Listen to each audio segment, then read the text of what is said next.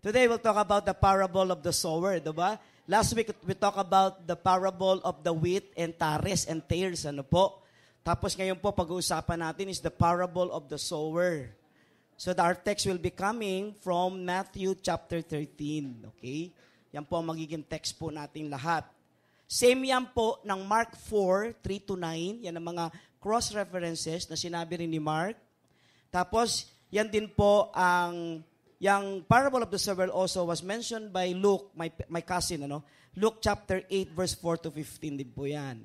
So, Mark 4 and Luke 8. Diyan po iikot po tayo lahat. Bilisan lang yung mga kamay nyo sa pag-discussion sa salita ng Diyos. Remember na ang sermon po ni Christ, okay, ang sermon po ng ating Panginoong Hesukristo at saka mga parables po, no? Yung sermon of Christ po is mainly retrospective. What do you mean by retrospective? Ibig sabihin, lahat po ng preaching ni Christ is relating po sa past, sa nakaraan. So binubuhay niya ang mga written words nila Moses at ng mga magagaling na mga prophets at mga writings. Ano po? So retrospect means relating to the past. But amazingly po, ang parables po is almost entirely prospective. What do you mean by prospective? Prospective means is things like to come about. Parating siya. Mga bagay na futuristic. So we can now say that sermon and parables should be studied together. So hindi tayo pwedeng iiwasan natin ang parables since ito ay futuristic o something that relates sa future po natin na nagsasabi na ito yung picture mo ha, pinasabi sa iyo ng parables. So malaking help sa atin ang parables. Even though maraming pastors katulad namin ang umiiwas para alamin ang parables sapagkat ang hirap-hirap intindihin eh.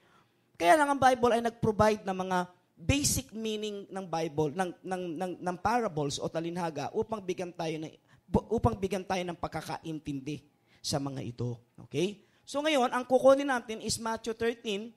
And to give you background, ay konting research. May isa ako nakuhang isang magaling na scientific na pastor o na theologian na nagsasabi na ang background ng parable of the sowers ay nangyari nung panahon, if you go to Matthew 13, can we go to Matthew 13 in order makuha natin yung background? Paano ba parang spontaneous, di po ba, na lumabas ang parable sa bibig ng ating Panginoon? So ito po ay makikita natin in Matthew 13. The same Jesus went out of the house and sat by the lake, and such large crowds gathered around him that he got into a boat and sat in it while all the people stood on the shore. So makatid, ang actual spot o site ng ating Panginoon is facing the lake. Okay, the shore. The lake, opo. So nung tatayo na siya, magpipreach na po siya, there is a possibility that Jesus saw a farmer sowing a seed o scattering seeds, di ba? Sa isang field. Okay? So, spontaneously, okay, hindi ko masasabing nag-create agad ang Panginoon ng isang parable o ang parable ay talagang ipipreach na niya sabay na nagtatapon ang isang farmer sa side, okay, ng seeds. So, pwedeng sabihin natin na, yun na nga, pwedeng sabay o pwedeng ang mga pastors, malikot ang isip, nung nag-preach, nung nakita niyang may nagtatapon, agad nakapag-create si Jesus ng parable. So, di natin alam kung ano nangyari. But definitely, since ang parable ay isang tool ng Mesyas, according to Isaiah and Jeremiah, according din sa ilang mga scriptures, na nagsasabi na, makikilala niyo ang Mesyas kapag he will be using parables as an illustration to expose hidden truth. Yun ang sabi ng Bible. So saka naalala ng mga disciples, nga, siya nga pala ang Messiah. Bakit? Gumamit siya ng mga talinhaga. And so, Jesus was in a boat on the blue water of the lake, and before him, di ba, on the fringe of the bright yellow sun, di ba, stood a crowd of eager listeners. Nakakita ngayon siya ng isang farmer na nag-i-scatter ng kanyang seed, tapos ang dami-daming ibon na nakaabang upang tukain yung seed. Okay? Doon na niya in-illustrate ng Panginoon. Gumamit si Lord ng matinding illustration, actual, o para siyang psychomotor, na gumagamit ka ng actual na mga bagay para ipahiwatig sa tao ang katotohanan. Kasi noong araw, wala namang PowerPoint. The only PowerPoint that you have available during that time is actual nature. Andiyan ka eh. Di ba? Parable of the sower, di ba? Parable of the fisherman, ay didaling kita sa dagat at lunurin na kayo lahat dyan para makita niyo ang mga ilang sirena dyan. Or, pakitaan ko kayo ng field upang malaman ninyo kung anong ibig kong sabihin. So, yun po yun. There are 3 important elements in the parable of the sower for us to understand it. Number 1 is, we have the sower. So, meron tayong farmer na nagtatanim. Sino siya? Hindi ko alam. Mamaya pag-aralan natin. We have also the seed. And we have also the soils. So, we have the sower. Tama po ba? Meron tayong matananim. Pangalawa, meron tayong binhi. Tapos meron tayong mga soil. Okay. Purihin ng Panginoon Diyos. So, naintindihan natin. Ngayon, wag po nating isipin na baka habang naghahasik yung farmer ng kanyang seed, ay may iba't ibang field na tinaniman siya. Hindi po, isang field lang po yun. Isang malaking field, na okay, hindi ka sure ko paano tutubo itong itatapon ko. Tapos ang sabi ng Bible na iba't ibang uri ng soil ang nakita natin. Okay? So, yun po yun. So, lumalabas na, sa Bible kasi ganyan eh. Katulad nung, kung babalikan natin yung parable of the talents, nakakita tayo ng 3 types of responses. Di po ba? Yung isa may 5, nag-10, may isa 2, naging 5 o 4. Tapos may isa na isa lang. Yan, 3 responses. Sa parable of the sower, there were 3 negative responses. Parang similar din siya na konti. Kasi kaya lang ito, 4 na soil ang pinag-uusapan. If you remember din doon sa parable nung Jericho Road, there were 3 travelers on the Jericho Road. Good Samaritan, yung Pharisee, at saka yung isang pare o Levite. Tama ba ba? Tapos, nakakita rin tayo rito, doon sa isang soil, na meron ding 3 rates of growth. Tatlo lumalabas siya, no? So, may 3 responses, tapos may 3 travelers, tapos may 3 rates of growth, di ba? May 30s, merong 60s, at saka merong 100. Tama po ba? So, yun. So, let's go to Matthew 13, 3-9. Tingnan natin na ngayon. Sa nakakita na tayo ng konting, yun pala yun. Sige, pag-usapan na ngayon natin. Let's go to Matthew 13. Nung ginamit ko si Matthew, kasi para nakulangan ako doon sa presentation ni Mark, hindi dahil sa mali si Mark. Kasi ginagalang natin yung, di ba Mark? Okay? Dito si Mark, okay. So, sa Book of Mark, siguro parang buod lang na binuod ni Mark yun, sapagkat hindi ako nag-expect ng isang brilliant na complete idea eh. No? Naintindihan ko yun. Hindi siya mali doon. As a matter of fact, mas lalong tama si Mark. Meaning, hindi siya nangopya. O hindi nangopya rin si Matthew sa kanya. Na sinasabi nilang, hindi, nagkopyahan yan eh. Diba? We call it synoptic problem. Nagkopyahan yung 3 niyan, and so we can say that the Bible is not inspired. No. Yung kanilang iba't ibang uri ng presentation, iba't ibang uring salitang ginamit, tapos lumalabas ang kanilang style ng mga writers, ay nagsasabing lalong inspired ng Bible. Lalo ako naniniwala. Ibig sabihin, hindi sila nagkopyahan. Kaya lang, ginamit ko si Matthew kasi gusto ko si Matthew eh. Tanungin niyo ako bakit. Gusto ko lang siya. Di ba, may mga tao naman gusto mo naman siya dahil hindi mo naman maintindihan. Tama po ba? Saka mo pinakasalan, saka hindi mo na nagugustuhan. Di ba? Talagang ganun eh. Pero ako, gusto ko siya eh. Bakit? Hindi ko alam.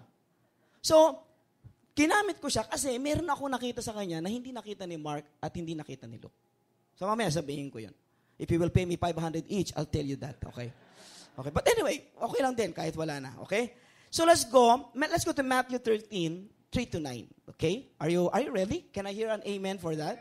Very good. So then he told them many things in parables, saying, a farmer went out to sow his seed. As he was scattering the seed, some fell along the path, and the birds came, ate it up. And some fell on the rocky places where it did not have much soil. It sprang up quickly before the soil was shallow.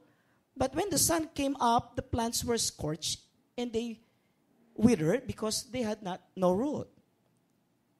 Other seed fell among thorns, which grew up and choked the plant, Still other seed fell on the good soil, where it produced a crop, 100, 60, and 30 times what was sown. Whoever has an ear, let him hear. So let's go up okay? So let's go to the interpretation. The interpretation came before of the question. Now, sinabi ni Christ yun, tapos, nung in-interpret ni Christ, sinanwich yung kwento and interpretation of a question. Ulitin ko ulit, sinanwich yung kwento at saka ng interpretation ng isang question. You can see and you can find that in verse 10. Can we go to verse 10? The disciples came to him and asked, Lord, why do you speak to the people in parables? Bakit po kayo lagi nagbibigay ng talinhaga? So the answer is in verse 11. He replied, because the knowledge of the secret of the kingdom of heaven has been given to you, but not to them. Oh? Di ba? Embarrassing yung sagot. Sa Filipino culture, para sa atin, this is embarrassing. Di ba? Nakakita na ba kayong taong, alam mo, meron akong alam na sikreto eh. Dapat malaman mo ito eh. Pero alam mo, ayaw kong sabihin kasi baka masaktan ka eh. Ba't kinuwento mo pa sa akin yan? Hindi tuloy ako makakatulog ng 1 linggo. Sasakalin kita, sabihin mo ko ano, hindi, kasi hindi makakatulong sa'yo, lalo kang hindi makakatulog eh. Pambihira ka, kinuwento mo pa sa akin yan. Di po ba? Nagkwento-kwento ka, tapos hindi mo naman pala i-interpretin. Tapos, nung sinabi mo, actually naman talaga, hindi naman talaga para sa inyo yan. Ba't nagsalita-salita ka pa? It's an embarrassing answer sa ating mga Filipino. But not in Jewish context. Because this is para siyang para siyang jumping board eh. Gumagawa ng mga sarcasm ang Hudyo, ng mga sarcastic na mga statement upang gawin niyang jumping board. At saka upang makapagkiliti siya ng interest. So lumalabas sa sagot ng ating Panginoon, verse 11, the parables, it is supposed or is meant to do 2 things. Dalawa ang target ngayon ng parables. Number 1, to reveal the truth. Unang-una, ang trabaho niya, sabihin sa iyo ang katotohanan, okay? To reveal the truth to the receptive. Are you receptive? Yes. Well, para sa iyo, ang parable. And to conceal it, at isarado ko na yan, from the unreceptive. Lumalabas na parable is a judgment to the unreceptive. So, are you unreceptive? Opo. Wala ka bang interest, lalo na yung mga Christian na, naku, pastor, ayoko na magbasa-basa ng Bible, ayoko na ng ganyang malalalim, nahihilo ako. These people are unreceptive. Di ba? Tayo, pa nagbabasa tayo ng Bible, sumasakit ang ulo natin, ang sagot sa iyo ng Holy Spirit, buti nga sa iyo. Bakit? Yun lang ang paraan para, may mga utak na slightly used eh. Ano yung sabihin ng slightly used? Bihira gamitin eh. So ang trabaho ngayon ng parable, bigyan ka ng judgment para makita mo na unreceptive ka. Ba't wala akong interest alamin to? Ano ka ba? Ano ba yan? Yun. Pero pag sinabing, ayoko ng ganyan, lilipat na lang ako ng iba na maayos na Bible study na maiintindihan ko. Sa'yo ang parable. Because the parable serve as a judgment to unreceptive, and it is the revealing of the truth to the receptive.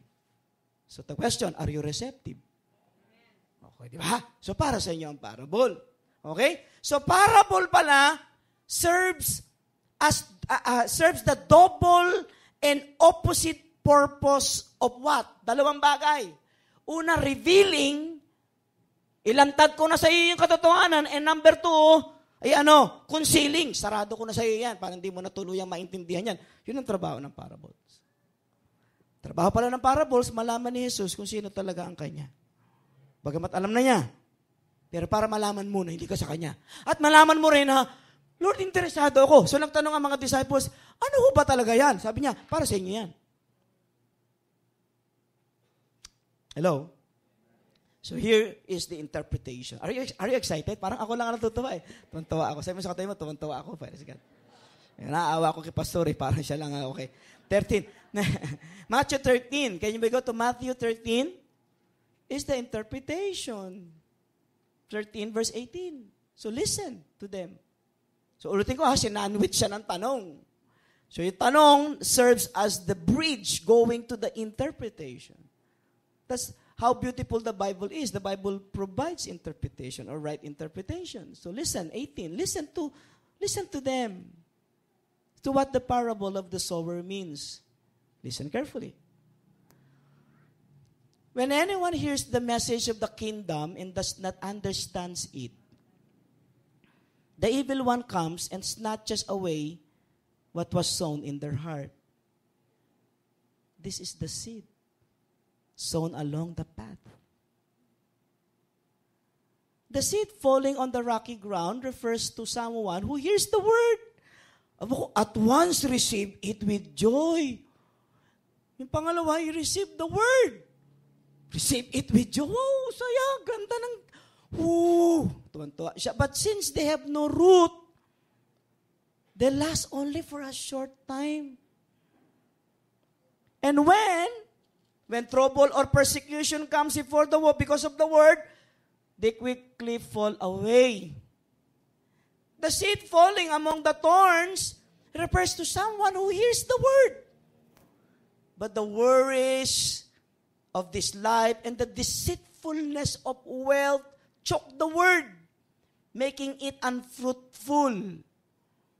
But the seed falling on the good soil refers to someone who hears the word and understands it. This is the one who produces a crop yielding 100, 60, or 30 times what was sown. So that is the interpretation. So I hope that the Holy Spirit will help me, explain each section po, kasi I divided it into 4 sections po eh. Sabi ko, the sower, okay? Number 2 is the seed. Next, the soils. And last is the soils. Okay? Tama ba? And the 4 is the good ground. So pag-uusapan po natin yan. Gawin ko maiksi lang kasi wala na po ako din akong oras. Okay, maganda yung tinataningan natin ng ating mga sarili ng mga oras. Okay, so let's go to the sower. Dito na pinangalan yung parable. Let's go to verse 1. He then told them many things in parables, saying, a farmer went out to sow a seed. So I can say, pwede kong palitan ang title since si Jesus yan. In King James Version, it was Jesus who gave the title. Hindi na reflect ng NIV. Hindi naman mga importante yan. Kaya misa kumukuha tayo ng ibang mga version kasi mas maganda ang presentation na ganun. Okay lang din yun. So I can say, kung bibigyan ko siya ng title o remake ng title at saka ng pelikula, para madali, it is the parable of the farmer. Okay, so yun yun. Yun yung title. So then, was Jesus illustrating when he said a farmer or a sower went out? So the sower, now listen carefully, kasi nung inoobserbahan ko yung interpretation sa, anong version 18? Hindi in-explain si sower. Sinabi lang si seed, sinabi lang din 4 na soils. Pero si sower, hindi pinag-interesang ipaliwanag ng preacher. And so lumalabas, sabi ko, ba't wala siyang interpretation sa 18? Can we go to 18? Tingnan nyo. Sige po. Likutan nyo po ang isip nyo. Sabi niya, listen then to what the parable of the sower means. When anyone hears the message, bigla na lang si soil na agad ang sinabi. So there was no interpretation of who the farmer was dito. Walang sinabi. So hindi pinag-interesan nung preacher explain. Amen? Eh mga pastor, magagaling ngayon, pinapaliwanag yan kahit hindi sinasabi ng Panginoon. Di ba? Ganun eh. Pampakyut ba? Okay. But anyway, ako, assessment ko, the farmer here is a generic. Hindi ko alam kung Diyos siya o si Jesus o Holy Spirit o sino man. Ako, I'm a sower. Kayo, lahat. You're a sower. So, the sower is a generic denoting not of a certain individual but maybe a class or a company. Pwedeng ganyan. Hindi niya explain eh. Hindi katulad dun sa unang pinag-usapan natin, yung farmer dun sa parable of the wheat and tares, sinabi talaga eh. Mamaya, paliwanag natin kung sino. Sinabi talaga niya, well, the farmer is the Son of Man. Ito hindi niya sinabi. Ngayon, kung hindi sinabi, hindi, okay lang. Wag na nating nagbabasa tayo ng Bible, tapos inuumpog mo yung ulo mo, sabi niya, pambihira naman, di naman nila nilagay, binibitin nila ako. Walang ganun eh. Wala talaga eh. read the Bible na ganun. Okay? So, it's a generic. So, tingnan ninyo, yung interpretation, di ba? Nakita natin. So, yung personality of the farmer or sower, o tsaka yung method ng kanyang pagsosow, ay for me, secondary. Secondary ang importance niya. So, the sower is adaptable, suggesting different interpretation. So, sino-sino ba ang, sige, pag-usapan natin. Sino-sino ba sa Bible ang sower? Number one, ang God ay sower. God is a sower. If you go to Jeremiah 31:27, sabi niya, I will sow the house of Israel and the house of Judah with the seed of man, with the seed of the beast. So God here is a sower. Tinatanim niya ang isang bansa sa isang bansa. Oh, this is sower ang God. Okay? So God is a persistent sower. If you go to Jeremiah, that He both sow natural and spiritual things. So okay na ako. Solve na ako ron. God is a sower. Second, Christ is also a sower. Farmer din ang sower. Di po ba? Matthew 13:37, the one who sowed the good seed in the parable of the wheat and tares is the Son of Man. Matthew 13:37. So Jesus is a sower. Hello? Number 3, the Holy Spirit also is a sower. He was the one who planted the seed to Mary, overshadow Mary, to protect the sinlessness of the Messiah. So siya nagbinhi, tapos siya rin ang nag-overshadow. Nung na-born again tayo, tinaniman tayo ng Holy Spirit ng incorruptible seed. O di sower din siya. Tama po ba? Every Christian is also a sower. Matthew 28, sabi sa Bible that we ought to preach the gospel. Tama po ba? Maraming Kristiyano ang sober. Tama po ba? Lalo na kung nagtatanim kayo ng sama ng loob. You are also a sower. Nagtatanim kayo ng sama ng loob eh. Tatanim kayo ng galit. Sober ka rin. Eh, mali yata, ano?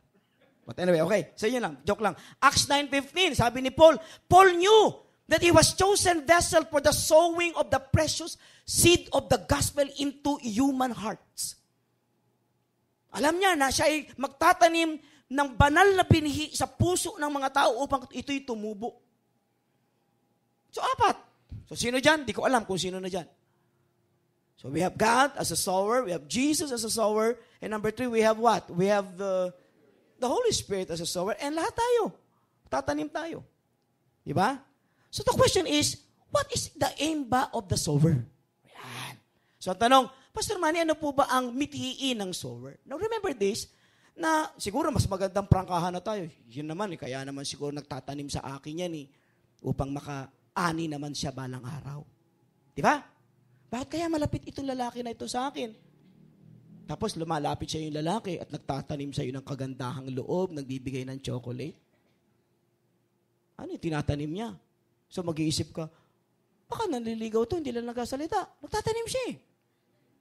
May mga kapitbahay na nagbibigay sa iyo ng ulam para sa panahon madalas na wala silang ulam para ikaw naman ay makapagtanim sa kanila dahil madalas silang walang ulam. So, ba't kayo nagbibigay ng ulam ito? Di ba? Ang tanong, kaya ka pala natanim sa akin, may gusto ka sa akin. Sabi ng lalaki. Sa kapwa niya lalaki, ha? Okay. Yun ang masakit. Okay. Lalaki rin, na binibigay niya. Bakit kaya itong kapitbahay ko bigay ng ulam? Pwede mo sabihin, alika nga rito, mag-usap nga tayo. Ba't ka ba bigay ng ulam sa akin? Kasi naman, alam naman ninyo, hindi naman masama.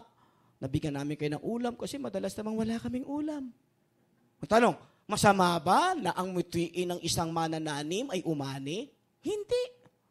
So what is the aim of the sower here? Pwede ka ba namang ako, magsasaka lang ako, ha? Itatapon ko lang ito, ha? Pag tinapon ko to, bahala na. Basta ako, kung bibigyan ako ng ani, aba, walang ganong farmer. Mga farmer pa nagtanim per hektarya, nag-anticipate na yan ng fruitfulness.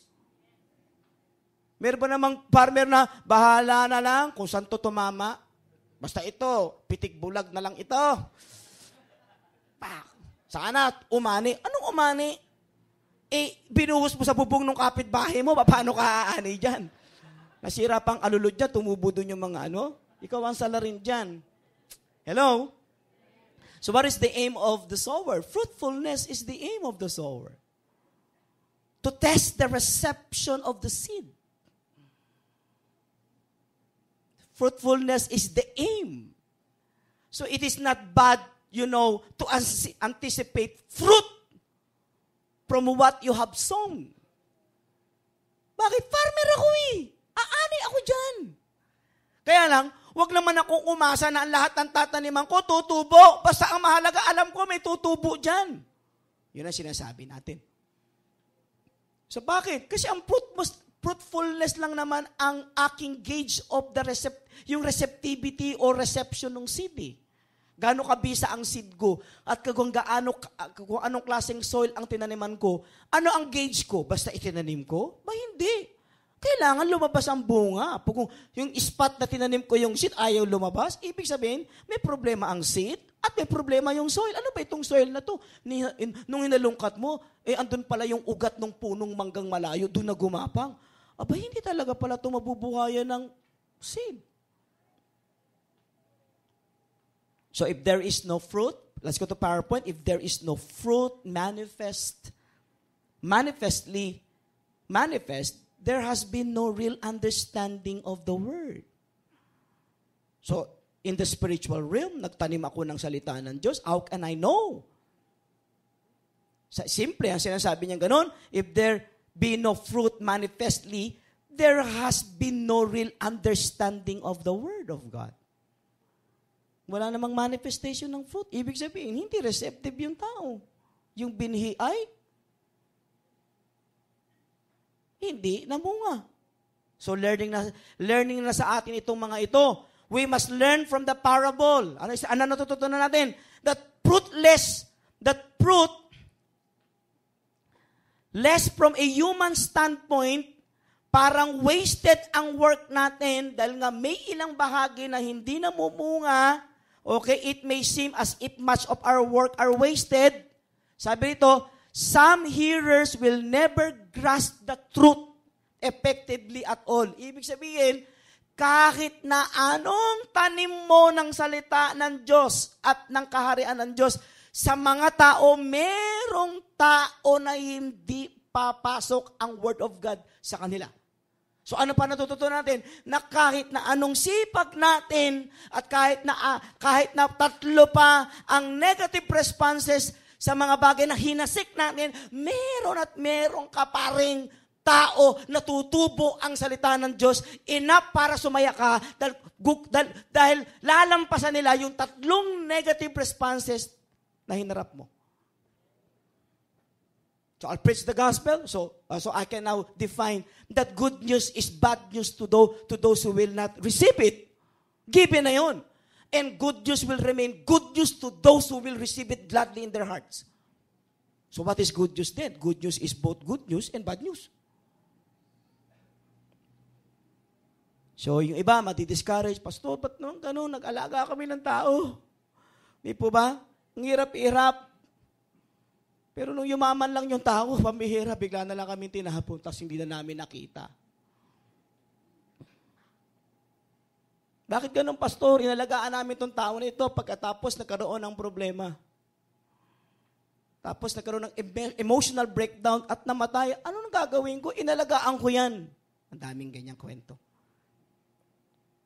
So yet the preacher may be sure that in the end, sinasabi ng Panginoon, there will be results from his labor. Tayo, na mga preachers, ang job natin ay isow, itapon, it is beyond the sower to make the seed grow. Bahala ang Panginoon, basta ako aalagaan ko. But I discovered this. Are you ready? Can we go to Mark 4:26-28? Balikan ko lang yung parable of the wheat and tares. Are you ready? Tingnan niyo ito po. Nandiyan ba kayo? Pwede kong sisihin ang sarili ko. Tama po ba? Ba't ganun, Pastor? 4 yung hinasik ko, 1 lang ang tumubo. Okay naman, maganda yung tubo. Pero bakit ganun? Fault ko ba yon? Yan, babanatan tayo ng demonyo dyan. Fault mo yan kasi hindi mo inalagaan. Hindi yan ang sinasabi ng Bible. Tingnan niyo po. Let's go to Mark 4:26-27, 28. He also said, this is what the kingdom of God is like. A man scatters seed on the ground night and day, whether he sleeps or gets up, the seed sprouts and grow. Tanim siya, araw at gabi, kusa tumutubo yung bini. Though he does not know how. Di naman niya alam paano tumubo. Verse 28 is the key word. All by itself. The word all by itself, diyan natin nakuha yung salitang automate. We have now the word what? Automatic. Comforting. Magpapastor ako at magpapastor.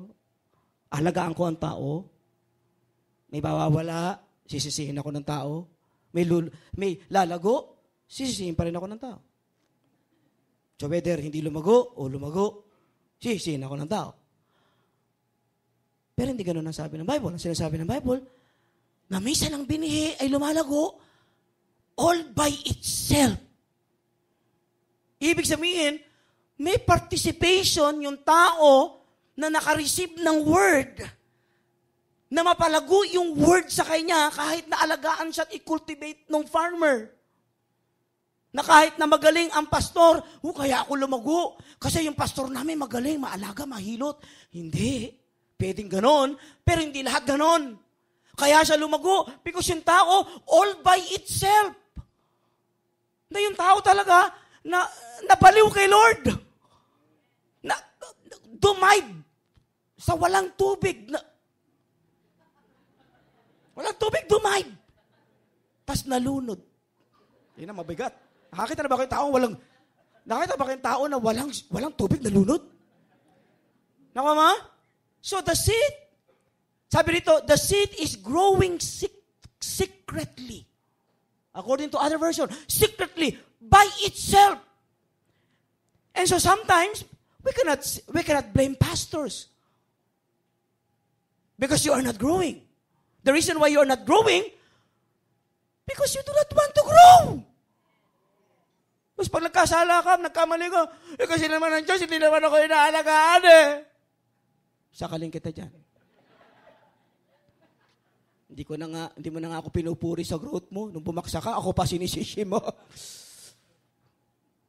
Sabi mo nga sa katabi mo, ay, ganun pala yun. All by itself. Hello? Hello? So that's the sower. So let's proceed.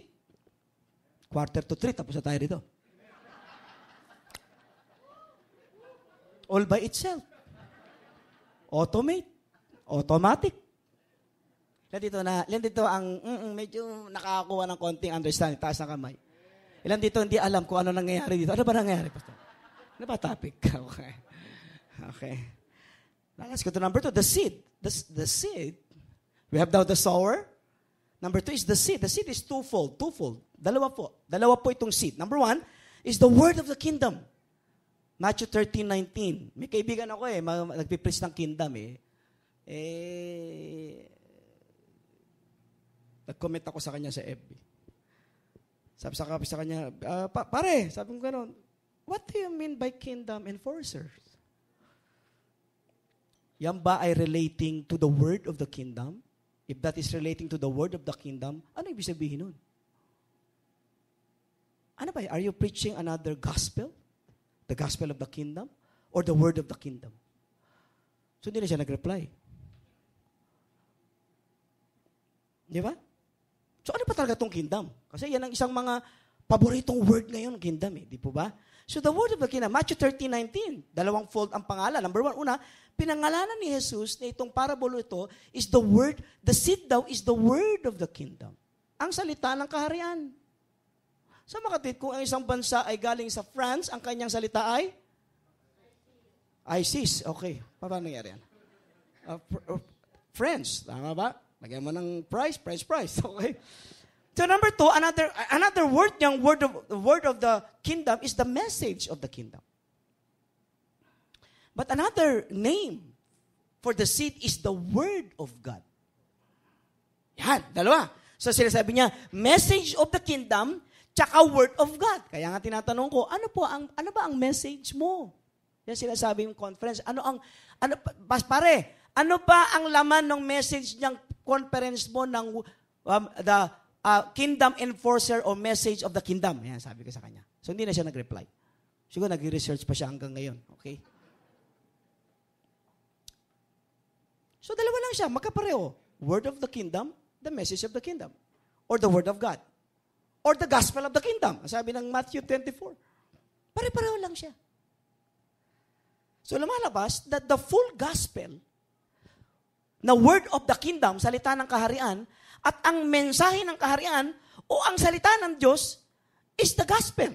And the full gospel is the seed. No, tanong, anong klase itong itinanim na ito nung maghahasik? Tinanim niya raw eh. Ang tinanim niya raw ay ang mensahe ng kaharian, ang salita ng Diyos.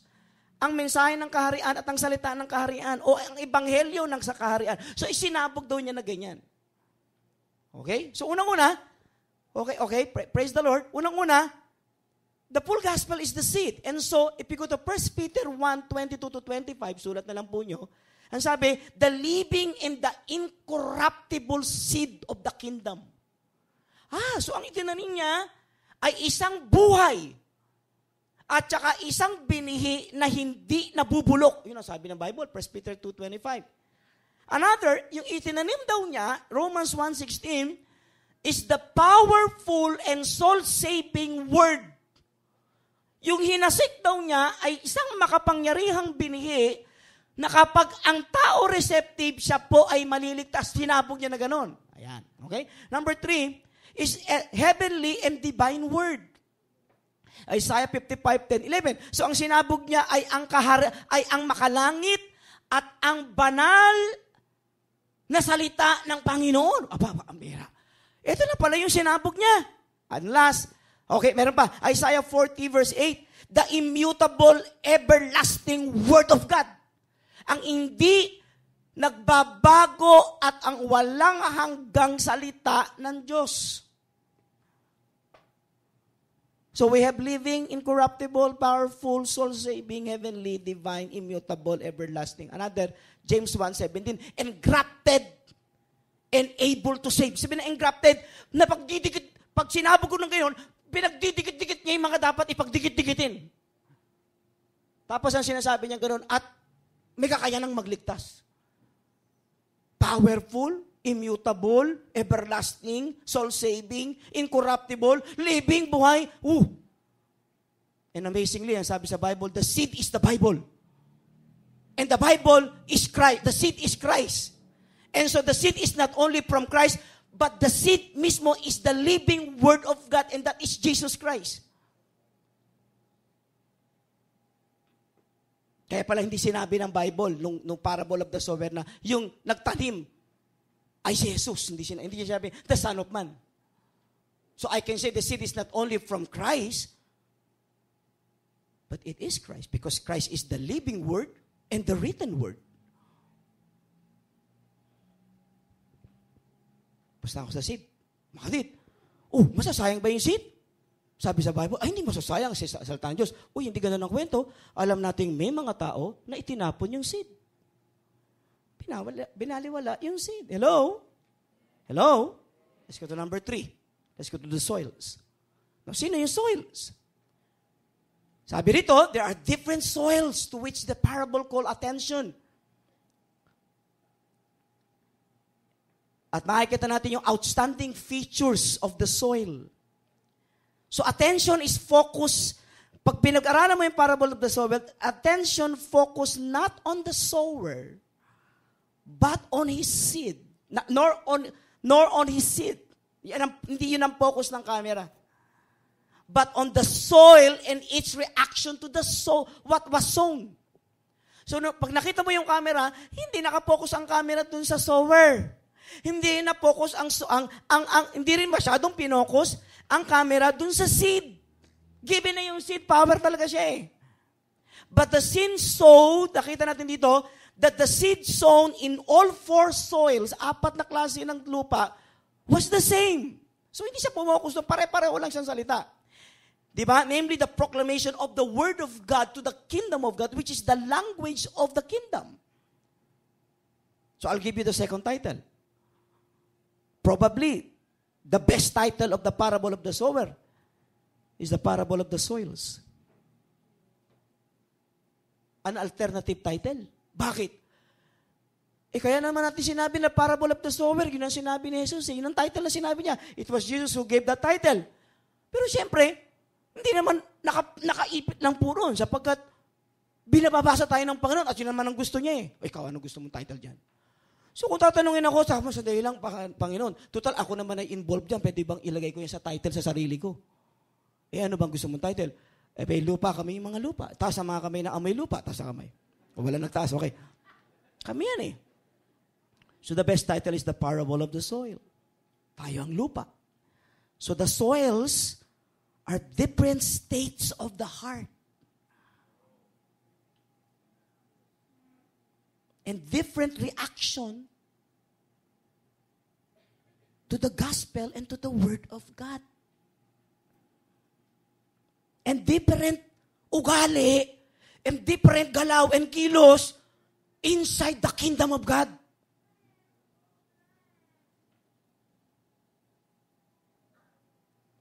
Ano bang klase yung lupa? Ayan.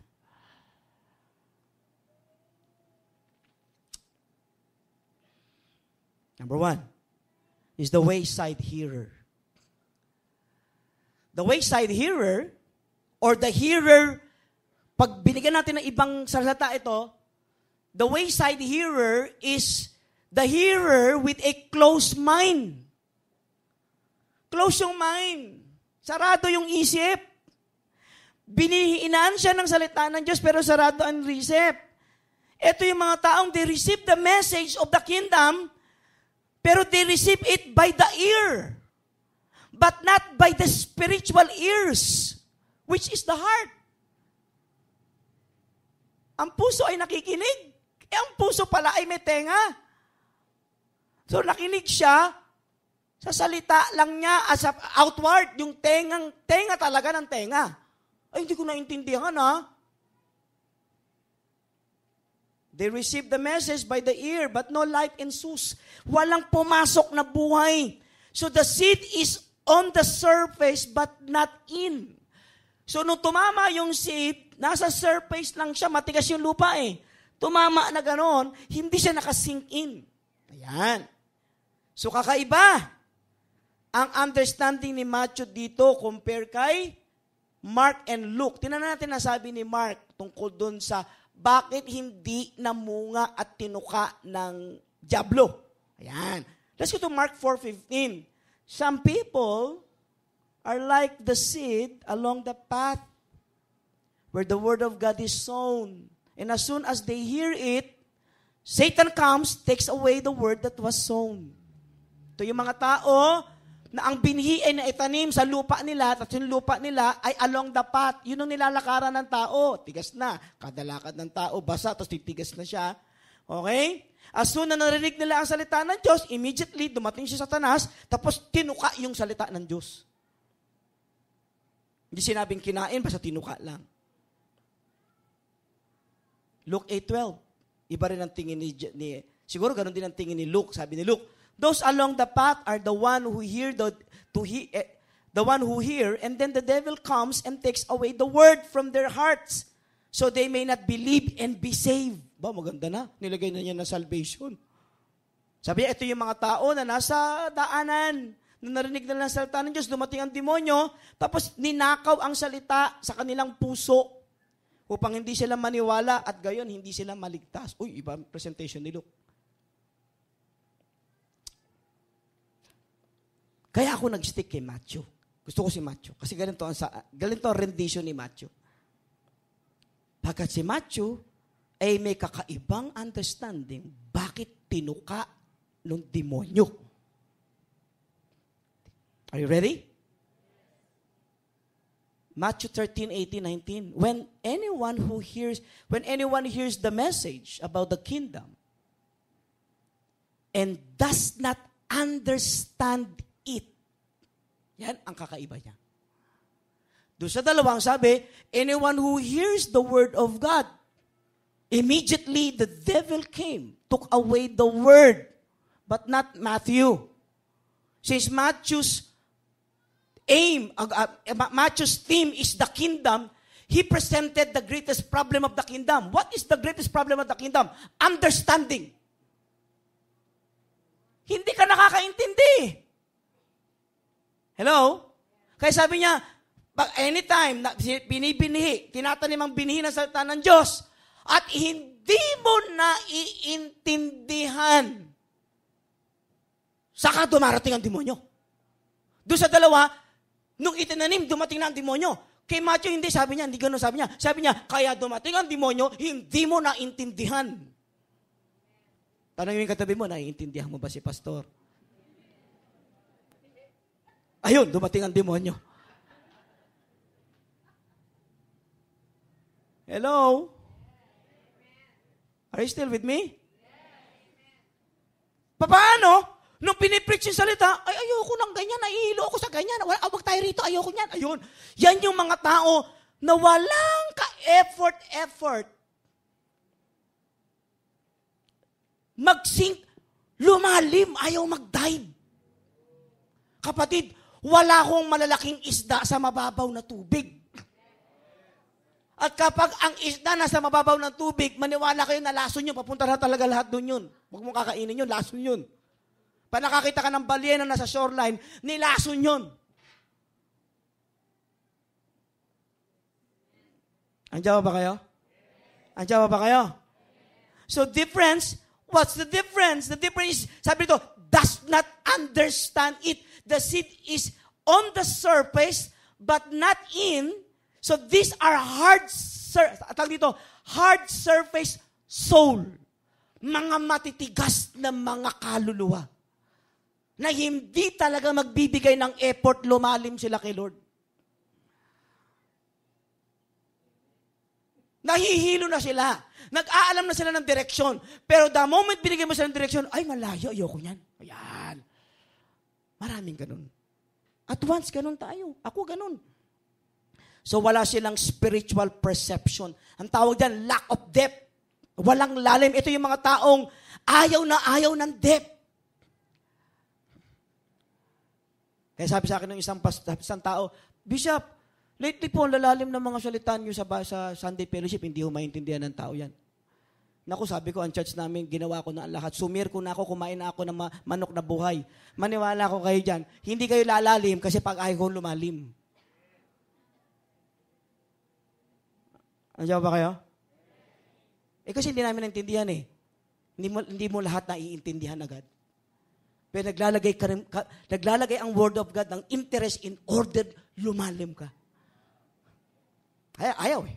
Ayoko na po kasi gusto ko po sana yung mga pa-cute na message. Yung mga pabebe-bebe. Gano'n po. Kahanap po ako ng church sa mga pabebe. Topic po nila, salvation, love, grace, gano'n po. Ay, opo, pwede po kayo doon. Pero hindi po kayo lalalim. Hello? Pabebe.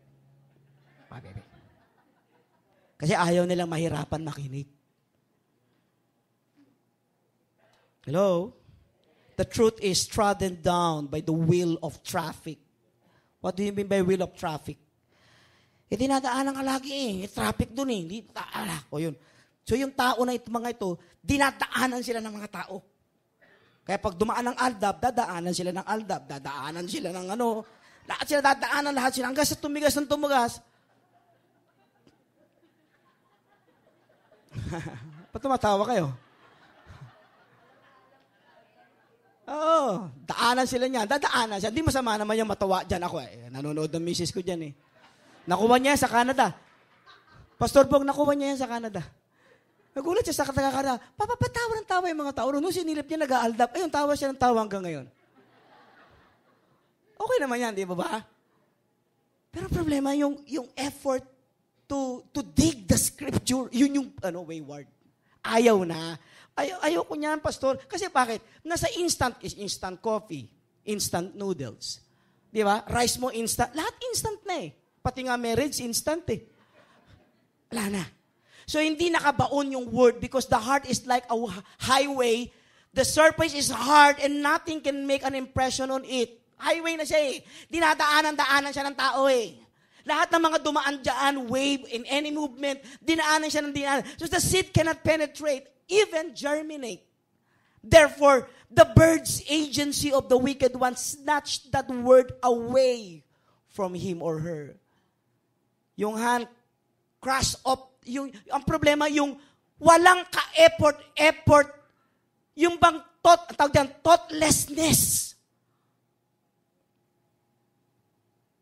hinders the reception of the heart to receive the word. Remember this, once the word of God sink in, may possibility na siyang magtagumpay. Hindi ko sinasabing tagumpay na siya. Hindi ko sinasabing gano'n, ha? The moment the word of God sink in, maniwala kayo sa akin, ang posibilidad niya mamunga, ang laki-laki na. Kaya lang ang trabaho talaga ng demonyo, surface ka lang. Kaya pag kayo hindi nakakaintindi rito, magtanong, Bishop, ano po bang ibig niyo sabihin doon? Hindi ko naintindihan. Magtanong. Hindi magreklamo. Hello? Maniwala ka, kahit anong gawin ng demonyo, nagsingit ng salita ng Diyos sa'yo, tapos na siya, hindi na siya mananalo sa'yo. At sabi nga pala, ang demonyo, hindi ho siya, nga pala ang demonyo, ang pagkakilala ng Panginoon, magnanakaw siya, at ang unang-unang ninanakaw niya, hindi ho pera, at saka hindi ho health. Ang unang-unang niya ninanakaw sa Kristiyano, salita ng Diyos. Bakit ako magkaka-interest sa kayamanan mo? Ang dami-dami ko yan. Kinuha ng demonyo, kinuha ng demonyo yung pera ko. Sabi ng demonyo, ano kinalaman ko dyan? Ang dami kong pera, huy. Ako nagpayaman lahat sa mga rockstar. Hindi ako interesado sa kayamanan mo. Ang nanakawin ko sa iyo, salita ni pastor na pinipreach tuwing Sunday. Kasi alam ko na yun ang ikatatalo ko sa iyo. Pera mo, tambakan kita ng pera. Kahit 50 years na cash advance, bibigyan kita niyan. Pero hindi ako interesado sa pera mo. Interesado ako, hindi mo maintindihan ang salita ng Diyos. Dahil the moment hindi mo naintindihan, panalo na ako sa iyo. Yayariin na ngayon kita, pati pamilya mo. Bakit? Hindi mo naintindihan eh. So, ang pinakamalaking nakawan ay hindi yung nakawan ng pera. Ang pinakamalaking nakawan ngayon ay nakawan ng salita ng Diyos. Amen? Woo! Hallelujah. Asan na ba tayo? Tacloban. Okay. Wala na ako oras. Nakawan. Ayan. Sabi mo, tanongin mo katabi mo, nanakawan ka na ba? Puro iPhone na nanakaw sa'yo. Ang dami mo pera. Nakalimutan mo, nanakawan ako ng salita ng Diyos. Pastor, nanakawan na pala ako ng salita ng Diyos. Pero ang demonyo yun, nanakawan ako. Ayariin ko yan. Yan yun eh. Hello? iPhone, iyak-iyak ka? Nanakaw iPhone ko, pastor. Salita ng Diyos, umiiyak ka ba? Who cares? Okay lang. Woo! The story ground hearer. Number 2, last na po tayo, kakatako dito, wala tayo oras. Hindi natin kakayanin. Number 2, the stony ground hearer. Let's go to Matthew 13:20-21. The seed falling on rocky ground refers to someone who hears the words and at once receive it with joy. But since they have no root, they last only a short time. 5 minutes na lang ako. When trouble or persecution comes because of the word, they quickly fall away. So the hearer, yung isa close-mind hearers, tama ba? Anong title natin? Wayward. Pero meron akong nilagay na subtitle. Close mind. Close mind hearer. Right, okay po. Po, hindi na makigalit. Okay, pinapaalala ko lang. Okay. Second is the hearer with emotional mind. Ito yung mga Kristiyanong emotional. The seed is received but does not take root. Okay? Pumasok naman, nag-in. Okay? The seed is on and in. The seed is on, in, but not down. Hindi siya bumaba na ganun yung word. So here we have the easily excited. So we have believers, easily excited, enthusiastic believers. Oh, grabe encounter, oh. Grabe talaga, mag-ating kayo. Grabe, I promise the Lord, Lord, I'll serve you, Lord. Hindi ako magbabackslide. After 1 week, backslide siya. Hindi, wala pinatagal ng 7 days. Basta after nun. Nung araw, kami sa Corpus Christi, ang topic namin, love. Love. Iyakan talaga. Iyakan. Pati siya, sipo niya. I love you. Love talaga, love. Mamaya-maya, kain na. Ay, nag-away yung dalawa. Bakit? Yung kutsara niya ginamit. Sabi niya, hindi ko naman sinasadya. Hindi. Upakan. Hello? Hello? Ito yung mga Kristiyanong urong-sulong. Full time, tapos hindi magpo-full time. Magsiserve, tapos hindi magsiserve. Ano ba yung ulong-sulong ka? Ito yung mga Kristiyano na lahat ng bagay puro kasiyahan. So we have an easily excited, enthusiastic people. They hold to the Word of God. Di ba? Pero superficial. They use the church to fill their, yung kanilang tinatawag na social needs. Naku, ang lukod-lukod ng buhay ko rito. I need a church para masaya ako. Ha? Masaya. Magandang masaya ang church. Pero ang church ay hindi lang sa tungkol sa kasiyahan, kundi sa gera.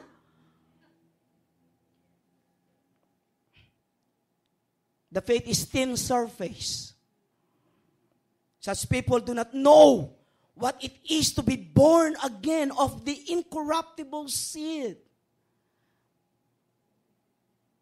And the root of the matter, yung root of the matter, is completely not in them. Walang lalim. Puro sila impression. At ang impression, grabe, no? Grabe pala si Lord, no? Galinto pala si Lord, ano? Pag ginawa ko pala ito, mangyayari pala. Puro sila impression. Ang problema ng impression, ang impression ay transitory. Sabi ng transitory, short time lang siya eh.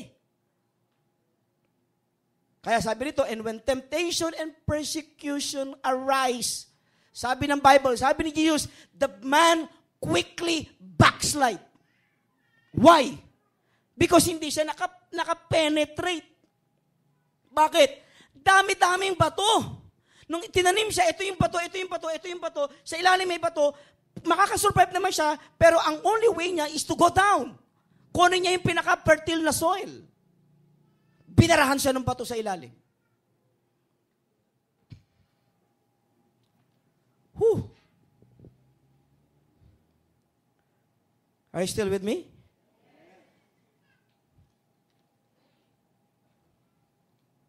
Wala siyang depth of faith. Wala siyang sense of surrender. And the character are lacking. Kaya yung kanilang superficial character is connected with the hard heart kasi nga may mga stones. If only, sabi nga ni Christ, siguro sabi ni Christ, if only they have depth. Kung may lalim lang sana. Kaya ako na-excite ako kapag may mga Pastor, nahirapan ako intindihin ito, sumasakitan ng ulo ko. Yun na yun! Yun na yun! Natatakot ako, grabe Pastor, naintindihan ko na. Ano yun? Ano yun? Pero pag sinabing grabe Pastor, nalilito ako. Kailangan alamin ko to. Go deeper. Launch on the deep. Sabi ni Christ, launch on the deep. Sabi niya, punta kayo sa malalim. Yun ang sinasabi ng Panginoon. Wala na akong time. Next week, we will continue. But God is good. You know why? Ayaw ni Lord na nasa stony, stony soil. Ayaw ni Lord na nasa along the path, ayaw niya. An invitation for us to go a little further. Go a little deeper. Go.